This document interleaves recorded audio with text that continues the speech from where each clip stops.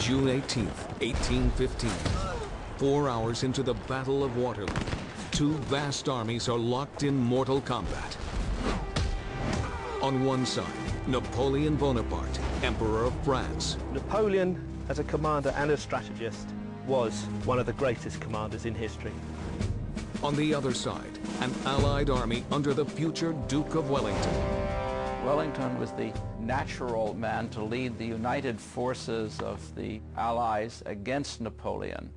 At stake, all of Europe.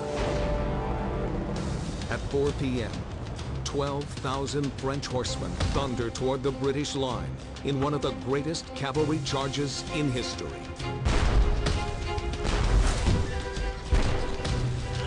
Form squares! Form squares!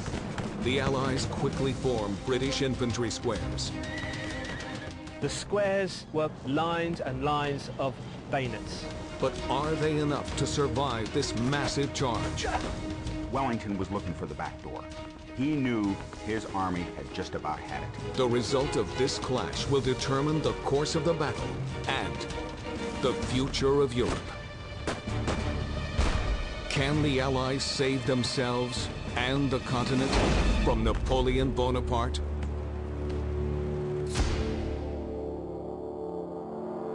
Ten years earlier, in 1805, Napoleon had begun expanding the French Empire, winning battle after battle, marching undefeated until he controlled nearly all of Western Europe. But his attempt to conquer Russia failed. While he defeated the Russian army, he couldn't defeat the Russian winter. By 1814, the Allied forces captured Napoleon, restored the French monarchy, and exiled the fallen emperor to Elba, a tiny Mediterranean island. The Allied nations of Europe believed that Napoleon Bonaparte was no longer a threat. They were mistaken. April 1815, a message reaches Paris. Napoleon has escaped. Marshal Michel Ney, Napoleon's former general, is sent with a brigade of French soldiers to arrest the escaped convict or kill him.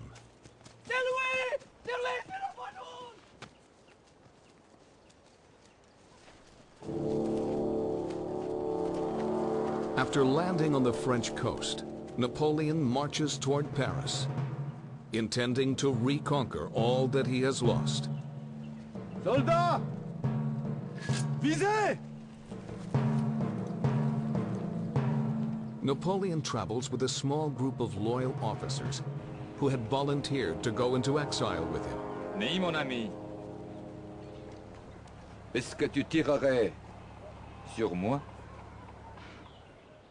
Napoléon Bonaparte, par ordre du roi Louis XVIII, je demande... Soldats de l'Empire, vous voulez tirer sur votre empereur?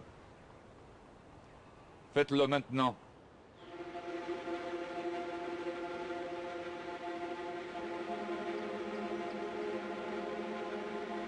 Soldats, visez! Car je ne m'arrêterai qu'après avoir reconquis le continent qui est légitimement le nôtre.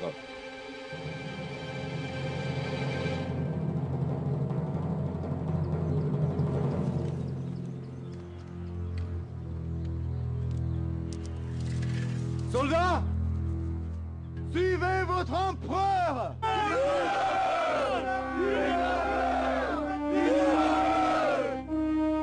En avant!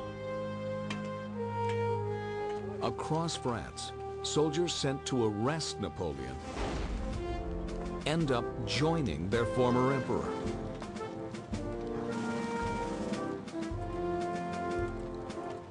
Napoleon was a masterful soldier. He was a brilliant tactician. He was also utterly ruthless. Within 3 weeks, Napoleon has returned to Paris and has the allegiance of the entire French army. Europe almost immediately reunites in opposing the recrowned emperor of the French. Britain, Austria, Prussia, Russia. declared war, but not on a state, not on France. They declared war on an individual, Napoleon. In Brussels, an Englishman by the name of Arthur Wellesley, the future Duke of Wellington, arrives to command an Allied army that was quickly convened to drive Napoleon from power. As a commander, Wellington is markedly different from Napoleon.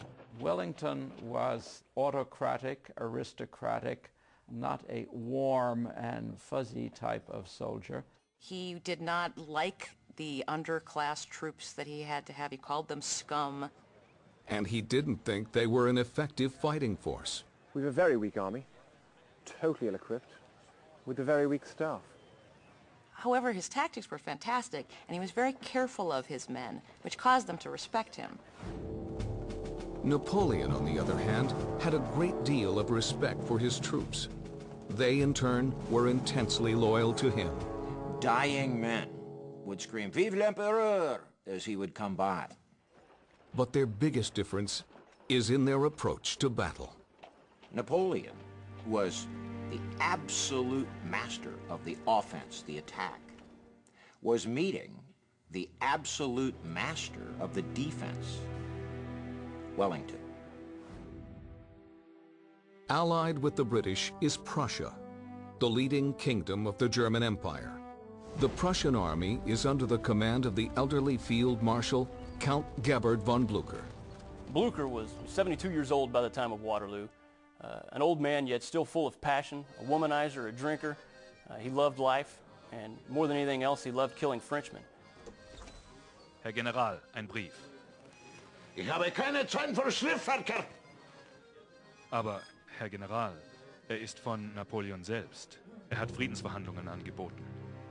Napoleon sent peace offers to his former enemies, without results. Napoleon ist eine Bedrohung. Hat uns beim letzten Mal besiegt. Und vielleicht siegt wieder, aber wir werden niemals aufgeben. Niemals! The last thing in the world Napoleon wants to do in 1815 is go to war. He's not ready. The Allies declared war on him, so he did not create the war. The war came to him.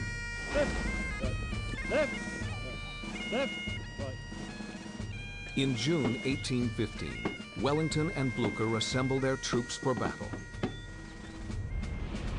Blücher, with over 125,000 Prussian troops, is just to the east of Brussels. Wellington, near the Belgian coast, has a force of British and Dutch troops that number a little over 100,000. The two armies prepare to link up and march on to Paris in an overwhelming show of force. Napoleon is backed into a corner. He knows that up in Brussels, he's got Wellington and his armies. The Prussians are nearby. His notion is that the best defense is a quick and decisive offense. Napoleon chose to go on the offensive, to cross the border from France into Belgium and attack.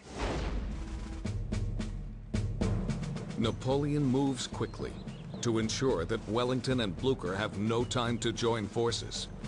He leads his army of 130,000 north to take on each Allied army one at a time. Napoleon would concentrate all or most of his combat power against an element of the enemy force, destroy it, and then reconcentrate that combat power against another element of the enemy force and destroy that until he had actually broken the enemy's will to continue to fight. In his first military action since exile, Napoleon's strategy to divide and conquer works like magic. On June 16, 1815, his advanced troops isolate and attack a much smaller Prussian force. The Prussians quickly fall before the larger French force.